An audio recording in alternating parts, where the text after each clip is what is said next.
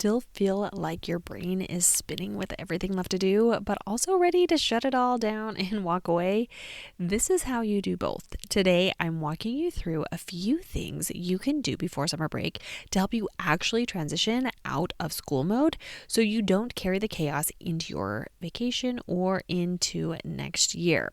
We'll cover what to do with all those unfinished tasks swirling in your head, one physical space to reset that will make August way easier, how to use AI to create a start here plan for next year, and what I do personally to leave school feeling mentally clear and emotionally done.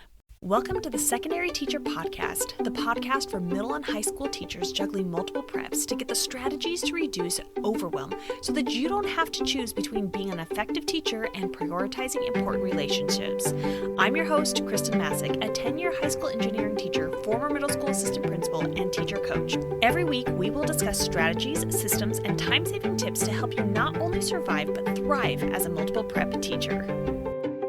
There were so many years when I left school in May with papers still in my bag and sticky notes covering my desk. And I tell myself I'd deal with it in August. Spoiler, I never did.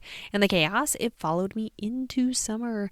It made it hard to rest. It made starting school again feel like I was already behind, and there were many summers, like the majority of my summers, that I continued to work throughout the summer just as much as I was working during the school year.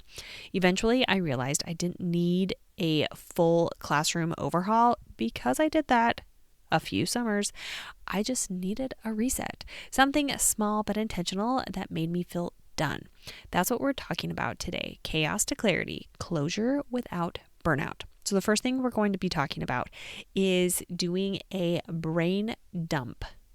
And we are going to brain dump the swirl of things that are floating in your brain. These things are those that you didn't get to. The random ideas for next year, we're going to dump them because you're going to want to, first, if you want to come back to them, you want to have them somewhere, but also it's going to reduce your decision fatigue, your mental load by just getting it all out. So grab a note or a notebook or some sort of voice memo and write it all down, have it unfiltered. Some of it will be important, some of it won't, but getting it out will help you stop carrying it.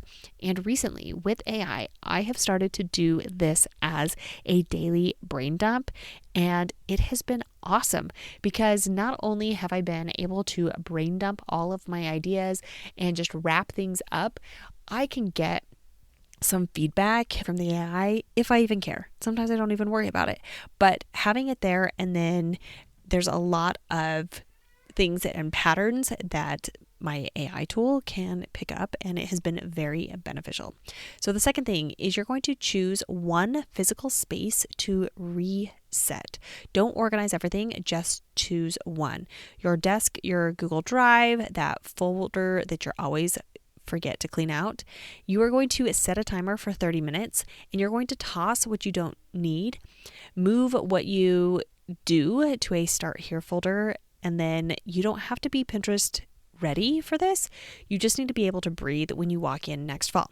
One of the methods that I like doing the most is to get some sort of crate or laundry basket and clear off all of the horizontal surfaces because that's where all of the clutter lands. So if that's too overwhelming, start with your desk. But if you are going to be starting with your desk or horizontal surface of any kind, my favorite thing to do is to grab a crate or some sort of laundry basket and clear everything into that basket. Even if you need to take your arm and you swipe it across your counter and you put it in there, then everything, at least in that one place, is off the counter. Now you do need to go through the basket. You do need to find out what you're saving, what you're keeping. But for that time being, you at least have everything off and in one place. From there, you can start sorting. You can decide what you keep, what you throw away. But that is one of my favorite quick ways to clear off a space so that it's ready for you for next school year. Number 3, create a one-page start here plan. This is my favorite tip. If you listened to last week's episode, we talked about doing that reflection. This can be part of that start here plan. So instead of trying to remember everything next August, write yourself a quick guide right now. So here are some things that you can include. What your class schedule will likely be. A rough pacing flow. Maybe if there's any information like with logins or other things that you might forget, and then have some first week activity ideas. While they're fresh right now, while you're thinking about them right now, you could even reflect on last year's. Did they go well? You're wanting to try something new. And then also anything you want to do differently next year. You can also use AI to make it clean and easy to follow. So you are a curriculum assistant. Take this list of reminders and notes and create a one-page start of the year planning guide for a high school subject teacher. It doesn't need to be fancy, just functional. Number 4, leave yourself a Post-it pep talk. Okay, this one's cheesy, but it works. Before you leave your room for the summer, stick a Post-it note on your desk, on your planner, with a message from present you to future you. My favorite one is to say your first idea is a good one. Don't worry about the others.